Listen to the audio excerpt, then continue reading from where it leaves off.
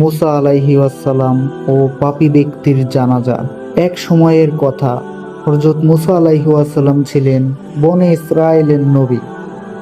আল্লাহর পক্ষ থেকে ওহী এসে তাকে জানানো হলো, হে মুসা, অমুক শহরে আমার এক বন্ধু মৃত্যুবরণ করেছে, তুমি গিয়ে তার জানাজা দাও। মুসা আলাইহি ওয়াসাল্লাম আশ্চর্য হলেন, কারণ তিনি জানতেন ওই লোকটি ছিল শহরের সবচেয়ে বড় পাপী। মানুষ তাকে ঘৃণা করত, কেউ তার জানাজায় যেতে চায়নি।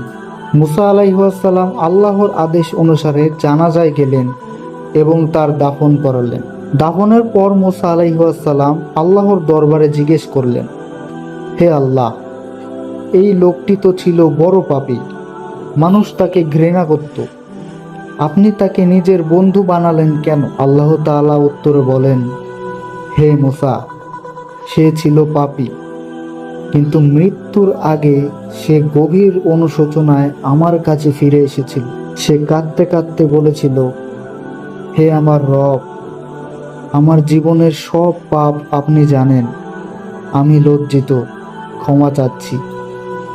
আমি জানি না আপনি আমাকে ক্ষমা করবেন কিনা, তবে আপনি দয়ালু, আমি আপনার কাছে ফিরে এসেছি, আমাকে মাফ করে দিন।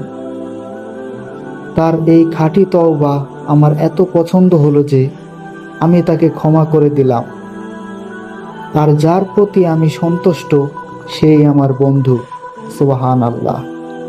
এই গল্প থেকে আমরা শিখতে পারি, আল্লাহর দরজা কখনোই বন্ধ হয় না। শেষ জীবনের তওবা মানুষকে জান্নাতি বানাতে পারে। সমাজ তাকে ঘৃণা করে, আল্লাহ তাকে ভালোবাসতে পারেন। নবীরা আল্লাহর আদেশ মানেন, এমনকি বোঝার বাইরে হলেও। মানুষ যতই পাপী হোক, তওবা করলে আল্লাহ তাকে ক্ষমা করে দেন। সুবহানাল্লাহ। এরকম আরো গল্প পেতে হলে আমাদের চ্যানেলটি এখনই সাবস্ক্রাইব করুন এবং ভিডিওটি ভালো লাগলে অবশ্যই একটি লাইক করবেন। আল্লাহ হাফেজ।